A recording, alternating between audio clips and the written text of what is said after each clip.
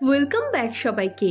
আজ আমি lovely রানারের episode 8 explain করব। যারা আগের এপিসোডগুলো দেখোনি, ডেসক্রিপশনে লিংক দেওয়া আছে, ওখানে ক্লিক করে দেখে নাও। আর নতুন হলে চ্যানেলটা সাবস্ক্রাইব করে দাও। তো চলো শুরু করা যাক। তো এপিসোড শুরু হয় 2022 সাল দেখিয়ে, যখন স্কুলের গাছটা কাটা হচ্ছিল।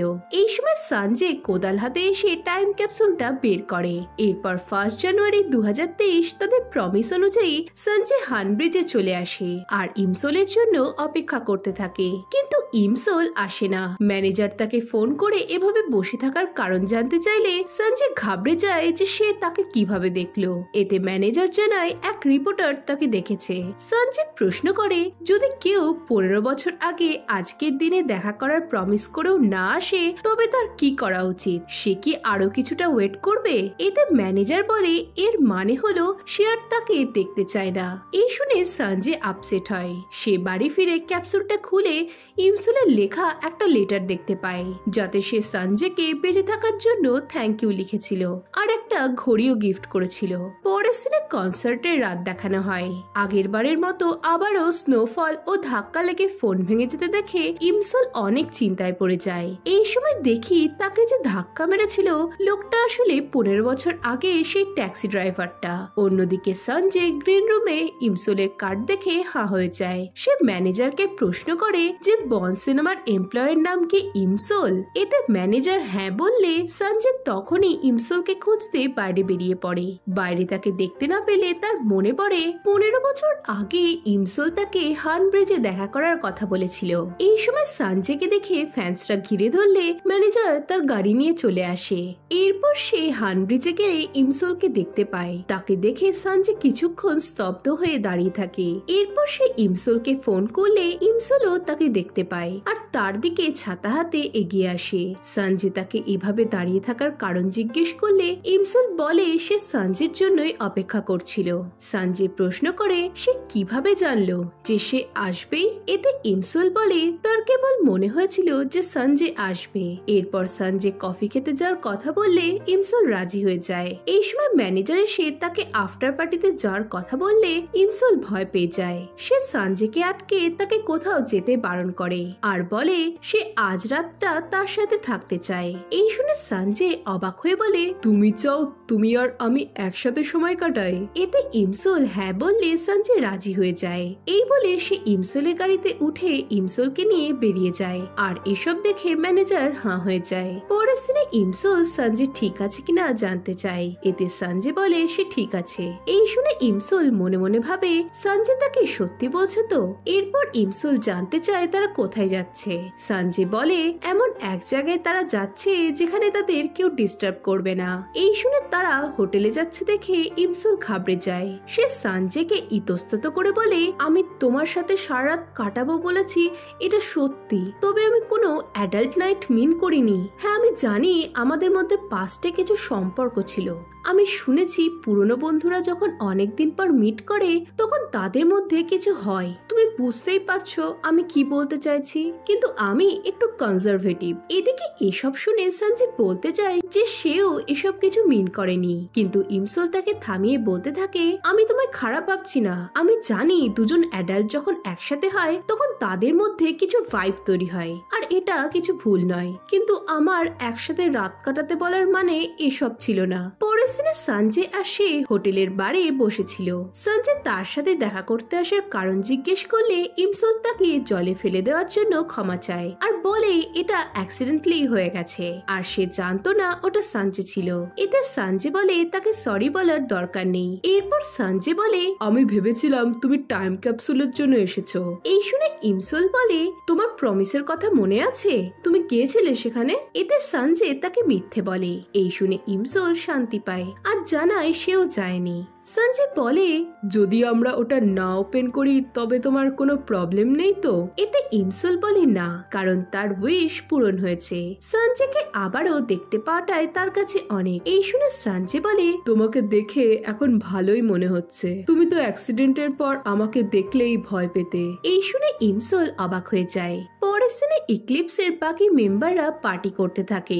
বেক পার্টির ছবি তুলে সোশ্যাল মিডিয়ায় আপলোড করলে ফ্যান্সরা জানতে চায় সঞ্জয় কোথায়। এতে একজন কমেন্ট করে যে সঞ্জয়কে এক মহিলার সাথে হোটেলে যেতে দেখা গেছে। এই দেখে বেক সঞ্জয়কে ফোন করে এই বিষয়ে জানতে চাইলে সঞ্জয় কিছু বলে না। বেক জানায় যে রিপোর্টাররা এটা জেনে গেছে আর তার হোটেলের বাইরে অপেক্ষা করছে। এই শুনে সঞ্জয় ইমসোলকে জানায় মিডিয়া তাদের দেখার আগেই তাদেরকে এখান থেকে যেতে হবে। এই শুনে ইমসোল চিন্তায় পড়ে যায়। সে সঞ্জয়কে আরো কিছুক্ষণ থাকতে বলে সঞ্জয় তাকে সাবধানে বেরোতে বলে জানায় সে পরে তাকে কল করবে। এরপর ইমসোল আপসেট হয়ে বেরোতে থাকলে কিছু ছাতা দেখে তার মাথায় আইডিয়া আসে। পরের সিনে সঞ্জয় লিফট থেকে বেরোলে ইমসোল তাকে আটকায় আর ছাতা দিয়ে গার্ড করে সঞ্জয়কে তার গাড়ি অব্দি নিয়ে যেতে থাকে। সে জোর করে সঞ্জয়কে তার গাড়িতে বসিয়ে তাকে নিয়ে বেরিয়ে যায়। এসব দেখে সঞ্জয় এসব করার কারণ জিজ্ঞেস করলে ইমসোল এর কোনো সঠিক উত্তর দিতে পারে না। সঞ্জয় বলে তুমি এখনো আগের মতোই রয়ে গেছো। এরপর ইমসোল সঞ্জয়ের বাড়ি যেতে চাইলে সঞ্জয় অবাক হয়ে যায়। সে এর কারণ জিজ্ঞেস করলে ইমসোল টয়লেটে যাওয়ার বাহানা দেয়। অন্যদিকে সঞ্জয় যে ইমসোলের সাথে আছে এই শুনে বেক অবাক হয়ে যায়। তারা সঞ্জয়ের বাড়ি গেছে শুনে বেক স্মাইল করলে তার মনে পড়ে সে সঞ্জয়ের বাড়িতে তার একটা জিনিস রেখে এসেছে।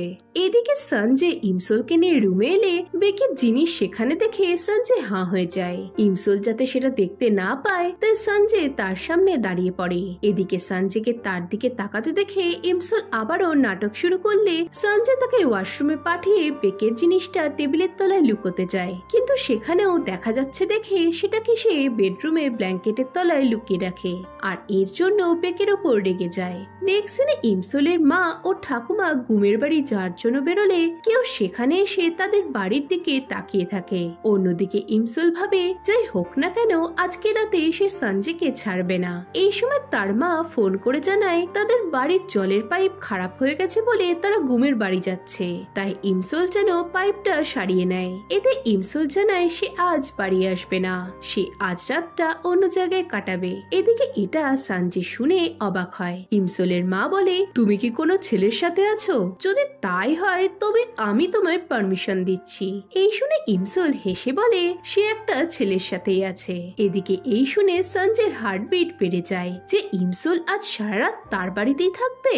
ইমসোলকে ওয়াশরুম থেকে বেরোতে দেখে সে সোফায় বসে উল্টো করে ম্যাগাজিন ধরে পড়ার অ্যাক্টিং করতে থাকে। এদিকে ইমসোল বুঝতে পারে না সে আর কি করে সারা রাত সঞ্জয়ের বাড়িতে থাকতে পারবে। অন্যদিকে সঞ্জয়েরও বিশ্বাস হয় না যে ইমসোল সারা রাত তার সাথেই থাকবে। ইমসোল তাকে তার বাড়ি ঘুরিয়ে দেখাতে বলে। এদিকে সঞ্জয়ের মাথায় একটাই কথা ঘুরছিল যে ইমসোল আজ বাড়ি যাবে না, তাই সে রাজি হয়ে যায়। পরের সিনে ইমসোল গোটা বাড়ি ঘুরে বেড়ায়। সময় কাটানোর জন্য সে অনেক ইউজলেস জিনিস করতে থাকে। এই সময় তার হাতে ক্যাকটাসের কাঁটা ফুটে গেলে সঞ্জয় পাস্টের মতোই তার কেয়ার করতে শুরু করে। এরপর রুম টুর শেষ হয়ে গেলে ইমসোল ভাবে সঞ্জয় হয়তো এবার তাকে বাড়ি যেতে বলবে, তাই সে কিউট ভাবে খিদে পেয়েছে বলে। আর এতে আবারও সঞ্জয়ের মাথায় ঘুরতে শুরু করে যে সে আজ বাড়ি যাবে না। অন্যদিকে বেক বলতে থাকে সঞ্জয় কিছুতেই ইমসোলের সাথে থাকতে পারে না। এতে ম্যানেজার জানতে চায় যে পাস্টে কিছু হয়েছিল কিনা। এতে বেক বলে সঞ্জয় ইমসোলের লাইফ বাঁচিয়েছিল, কিন্তু ইমসোল তাকে থ্যাংক ইউ অব্দি বলেনি, তাই কিছুতেই সঞ্জয় ওর সাথে থাকতে পারে না।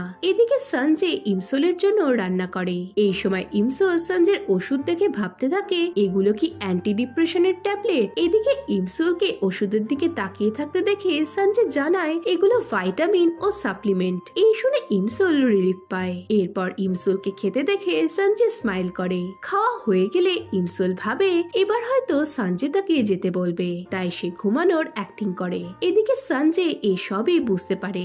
সঞ্জয় কি করছে দেখার জন্য ইমসোল অল্প চোখ খুললে দেখে সঞ্জয় তার দিকে তাকিয়ে আছে। সঞ্জয় বলে আমি জানি তুমি জেগে আছো, তাই ব্যাপারটা আরো এম্বারেসিং হওয়ার আগেই উঠে পড়ো। এতে ইমসোল উঠে পড়লে সঞ্জয় জানতে চায় সে কি সত্যি আজ তার বাড়িতে থাকতে চায়। অন্যদিকে ইমসোলের বাড়ির এরিয়াতে সিকিউরিটি গার্ড একজনকে সন্দেহজনক ভাবে দাঁড়িয়ে থাকতে দেখে তার কাছে গেলে দেখি সেখানে তেসাং ছিল।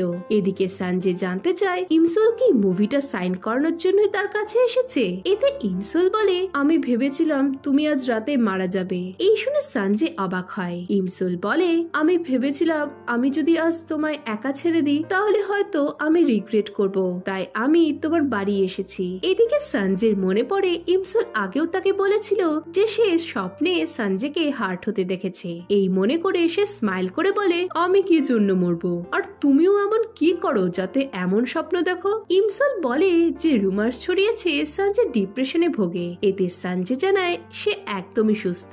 এই শুনে ইমসল শান্তি পায়। এরপর সঞ্জয় প্রশ্ন করে ইমসল কেন এই সময় তাকে নিয়ে এত কনসার্ন হচ্ছে। এতে ইমসল তাকে কোনো সঠিক উত্তর না দিয়ে উঠতে গেলে তার জামায় খাবার পড়ে যায়। পরে সিনে সঞ্জয় তার একটা সোয়েটার ইমসলকে দিয়ে তার রুমে গিয়ে চেঞ্জ করতে বলে। কিছু পর সঞ্জয়ের হুঁশ হয় যে তার রুমে টাইম ক্যাপসুলটা রয়েছে। এই মনে পড়ে সে ইমসলকে প্রশ্ন করে তার চেঞ্জ করা হয়েছে কিনা। ইমসল এতে হ্যাঁ বললে সে রুমে এসে সে ইমসলকে বাইরে বেরোতে বলে ক্যাপসুল ব্ল্যাঙ্কেট দিয়ে ঢাকতে যায়। তখন ইমসল ঘরে ঢুকে পড়লে খাটের ওপর বেকের গেমিং ক্যারেক্টারের কাট আউট দেখে হাঁ হয়ে যায়। এতে সঞ্জয়েরও হুঁশ ফিরলে সে বলতে থাকে এসব তার নয়। এই বলে সে আবারও ব্ল্যাঙ্কেট দিয়ে সেটা লুকোতে যায়। কিন্তু ইমসল বলে ঠিক আছে, সিঙ্গেল ছেলেদের রুমে এসব থাকতেই পারে। এই বলে সে সেটা দেখতে গেলে সঞ্জয় তাকে আটকাতে যায়। আর এতে তারা দুজনেই বেডের ওপর পড়ে অনেক ক্লোজ চলে আসে। এইভাবে তারা কিছুক্ষণ দুজনকে দেখতে থাকলে তখন বেক মাতাল অবস্থায় এসে তাদেরকে দেখে ফেলে। এদিকে বেককে দেখে সঞ্জয় দরজা লাগিয়ে ইমসলকে আলমারিতে লুকিয়ে ফেলে। এদিকে বেক ঘরে ঢুকে বলে আমার মনে হলো আমি তোমায় একটা মেয়ের সাথে দেখলাম। এতে সঞ্জয় বলে হয়তো তুমি কাট আউটটাকে মেয়ে ভাবছো। এতে বেক মানতে না চাইলে সঞ্জয় বলে তুমি নেশার ঘরে ভুলভাল দেখছো। এই শুনে বেক বলে সে সঞ্জয়ের বাথরুমে স্নান করতে চায়। এই বলে সে তার জামা কাপড় খুলতে শুরু করলে সঞ্জয় অস্বস্তিতে পড়ে যায়। বেক চলে গেলে সে ইমসলকে বের করতে যায়, কিন্তু তখনই আবারও বেক সঞ্জয় ও ইমসলের ছবি নিয়ে এসে বলে এসব কি, পৃথিবীতে ইমসলের থেকে অনেক সুন্দর দেখতে মেয়ে আছে, আর তুমি কিনা এখনো ওকে নিয়ে পড়ে আছো। তোমার মনে নেই প্রত্যেকবার ড্রিঙ্ক করে তুমি কি কি করে বেরিয়েছো। এখানে দেখি পাস্টে অনেকবার সঞ্জয় ড্রিঙ্ক করে ইমসলের পুরনো বাড়ির সামনে বসে থাকতো, আর প্রতিবারই বেক তাকে নিয়ে আসতো। এখন বর্তমানে বেক বলতে থাকে তুমি তোমার ফার্স্ট লাভকে ভুলতে পারছো না। এই শুনে ইমসল হাঁ হয়ে যায়। আর এসবে সঞ্জয় এম্বারেস হয়ে বেককে ওয়াশরুমে রেখে আসে। ওয়াশরুম থেকে বেরোলে দেখে ইমসল টাইম ক্যাপসুলের ঘড়িটা হাতে নিয়ে দাঁড়িয়ে। নেক্সট সিনে তারা গাড়িতে করে যেতে থাকে। সঞ্জয়ের মনে পড়ে পাস্টে ইমসল বলেছিল সে সঞ্জয়ের মুখ দেখতে চায় না, কারণ তাকে দেখলেই তার অ্যাক্সিডেন্টের কথা মনে পড়ে। এখন বর্তমানে ইমসল জানতে চায় সঞ্জয় কি করে ক্যাপসুলটা পেল। এতে সঞ্জয় বলে সে গাছ কাটার আগেই সেটা নিয়ে এসেছিল। এরপর সে জানায় সে 1 জানুয়ারি হানব্রিজে গিয়েছিল। পরের সিনে সঞ্জয় ইমসলকে তার বাড়ি পৌঁছে চলে যেতে গেলে ইমসল বলে সে 1 জানুয়ারি হানব্রিজে গিয়েছিল, কিন্তু তার একটু দেরি হতে হয়তো তাদের দেখা হয়নি। এরপর সে জানায় সেও সঞ্জয়কে লাইক করে। ইমসল বলে সরি, আমি তোমায় পাস্টে এটা বলতে পারিনি। আমার কাছে তখন কোনো উপায় ছিল না। আমি অনেক কষ্ট পেয়েছি আর ভেবেছি তোমার সাথে যদি আবারও দেখা হয় তবে বলে দেব যে আমিও তোমায় ভালোবাসি। এই সময় কারো শব্দ পেয়ে ইমসল সঞ্জয়কে বাই বলে চলে যায়। এদিকে সঞ্জয়ের মাথায় ঘুরতে থাকে ইমসলও তাকে লাইক করে, তাই সে ইমসলের কাছে যাওয়ার জন্য ছুট লাগায়। ইমসল ঘরে ঢুকতে গেলে সঞ্জয় চলে আসে আর জানতে চায় এখন তাদের কি হবে। এই সময় পাশের ফ্ল্যাটের দরজা খোলার শব্দ পেয়ে ইমসল সঞ্জয়কে ভেতরে টেনে দরজা লাগিয়ে দেয়। এই সময় তারা আবারও ক্লোজ চলে আসে আর তারা একে অপরকে কিস করতে শুরু করে। কিছু পর ইমসলের বাড়ির বেল বাজতে থাকলে তারা ঘাবড়ে যায়। প্লাম্বার জানায় সে পাইপ ঠিক করতে এসেছে। ইমসল কিছুক্ষণ পরে আসতে বললে সে কোনো কথা শোনে না, তাই ইমসল সঞ্জয়ের মুখ ঢেকে তাকে তার দাদা সাজিয়ে বের করে দেয়। নেক্সট সিনে সঞ্জয় তার গাড়িতে বসে অনেক খুশি হয়ে যায়। সে চলে গেলে দেখি ড্রাইভারটা তাদের উপর নজর রাখছিল। পরের সিন থেকে সঞ্জয় আপন মনে মাঝে মাঝে হেসে ওঠে। এদিকে ইমসলের অবস্থাও সেম ছিল। এই সময় তার মা ফোন করে জানায় গুম তার সেভিংস তার ফ্রেন্ডের বিজনেসে লাগিয়েছে, আর এটা জানতে পেরে জু রাগ করে তাকে বাড়ি থেকে বের করে দিয়েছে। এই শুনে ইমসল জুয়ের কাছে গিয়ে জানতে চায় সে কি সত্যি গুমকে ডিভোর্স দিতে চলেছে। এতে জু জানায় না, গুম হয়তো তাদের সেকেন্ড বাচ্চা নিয়ে প্যানিকে পড়ে এটা করে ফেলেছে। এরপর সে ইমসলের আইডি দেখে বলে, আমিও তোমাকে দেখে অনেক জেলাস হই, যদি বিয়ে না করতাম তবে আমিও তোমার মতো জব করতাম। এই শুনে ইমসল প্রশ্ন করে, যদি সে পাস্টে ফিরে যেতে পারতো তবে কি সে তাও তার দাদাকে বিয়ে করত? এতে জু হেসে বলে, যদি সে বিয়ে না করত তবে কি তার ভাগ্য চেঞ্জ হতো? এতে ইমসল হয়তো হতো বললে জু বলে, হয়তো আমার ভাগ্য চেঞ্জ হতো, কিন্তু আমি কি করে জানবো যে আমার লাইফ বেটার হতো? খারাপও তো হতে পারে। তুমি কখনোই জানো না যে ফিউচারে কি হবে, যতক্ষণ না পর্যন্ত তুমি সেই সময়টা কাটাচ্ছ।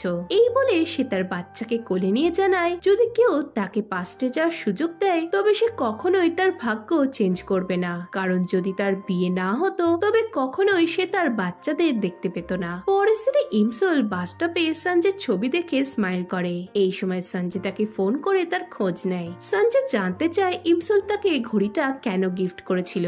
এতে ইমসল জানায় সে চায় সঞ্জয়ের সময় যেন কখনো থেমে না থাকে। এরপর সঞ্জয় রাতে তাকে দেখা করার কথা বললে ইমসল রাজি হয়। নেক্সট সিনে ইমসল মিটিং এ থাকলে সঞ্জয় তাকে ফোন করে। এতে ইমসল তাড়াহুড়োতে ফোনটা সুইচ অফ করে দেয়। রাতে সঞ্জয় তাকে ফোন করতে থাকলে ফোনটা সুইচ অফ আসে। এতে ম্যানেজার বলে হয়তো তার ফোনের ব্যাটারি শেষ হয়ে গেছে।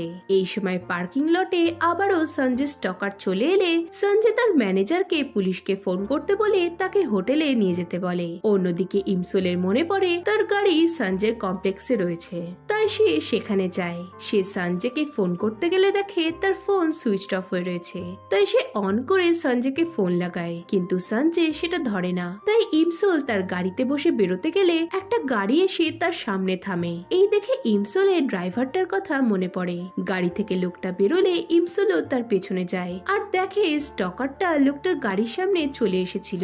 মেয়েটা তাদের দেখে চলে যেতে গেলে সিকিউরিটি এসে জানায় সেই সঞ্জয় স্টকার, তাই ইমসলও তার পিছু নেয়। এদিকে সঞ্জয় ইমসলের মিসড কল দেখে তাকে ফোন লাগালে ফোনটা বেজে যায়। এই সময় সঞ্জয়ের ম্যানেজার ফোন করে জানতে চায় সে কোন রুমে আছে। তখনই সঞ্জয়ের রুমের বেল বাজতে থাকলে সঞ্জয় ভাবে তার ম্যানেজার এসেছে, কিন্তু সে জানায় সে সঞ্জয়ের রুম নাম্বার জানে না। এই শুনে সঞ্জয় চিন্তায় পড়ে যায়। অন্যদিকে ইমসল স্টকারটাকে ধরে ফেলে। এরপর সে তাকে রেস্তোরাঁয় নিয়ে যায়। সে সঞ্জয়কে স্টক করার জন্য মেয়েটাকে বকতে থাকে আর বোঝায় তার এসব করা উচিত হয়নি। এই সময় নিউজে বলা হয় সঞ্জয়ের উপর অ্যাটাক হয়েছে আর তাকে হসপিটালে নিয়ে যাওয়া হচ্ছে। এই দেখে ইমসলের হাত থেকে গ্লাস পড়ে যায়। নিউজে বলা হয় কিম 2009 সালের এক মার্ডারার, যে কিছুদিন আগেই ছাড়া পেয়েছে আর সেই সঞ্জয়কে অ্যাটাক করেছে।